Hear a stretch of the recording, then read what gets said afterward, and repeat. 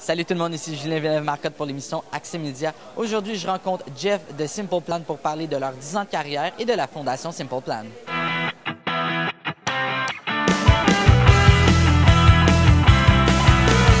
Jeff, je dois te féliciter parce que tu as gagné, en fait, le nombre d'autographes record à Carve d'Antigala. On va commencer l'entrevue comme ça, donc félicitations. Merci beaucoup. Écoute, 10 années de pratique. Des années de pratique. J'ai une signature fluide. Ça, j'y avais pensé. Okay. Je me suis dit, tout d'un coup, qu'à un moment donné, le groupe devient gros. Puis là, vraiment, là, ça prend tout en ton mouvement. C'était vraiment pratiqué pour notre entrevue, vu que tu savais qu'on était là. Exactement. Alors, ça m'a pris un été complet de pratique, des millions de papiers et de crayons gaspillés, malheureusement. Aujourd'hui, on est réunis ici pour parler de votre fondation parce que vous avez un gros événement aujourd'hui. Est-ce que tu peux nous en parler un petit peu? Absolument. L'idée, c'était aujourd'hui de remercier tous nos donateurs, de remettre justement des dons aux organismes là, qui sont visés à chaque année. On essaie vraiment d'aider des organismes qui font une différence dans la vie de jeunes.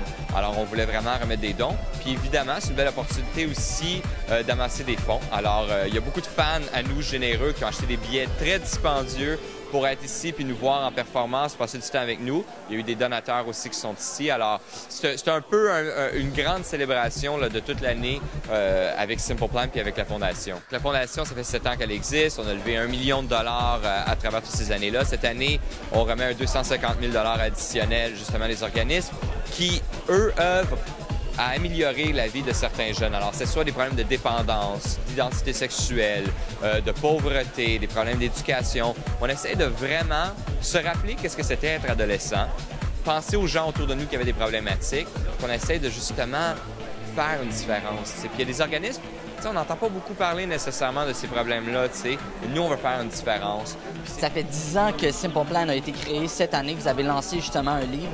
Quel a été ton plus beau souvenir de ces 10 ans de carrière? Écoute, ce fameux livre-là, tu le feuilles, puis il y a des photos un peu de partout. Ce que je retiens, c'est que je m'habillais vraiment mal avant. Puis j'ai décidé là, de mettre des cravates pour surcompenser pour certains des habits que j'avais à ce moment-là. Hey, c'est pas possible, j'en viens même pas, tu sais. Je regarde des photos, ma mère, elle doit avoir honte, là. C'est vraiment à ce point-là.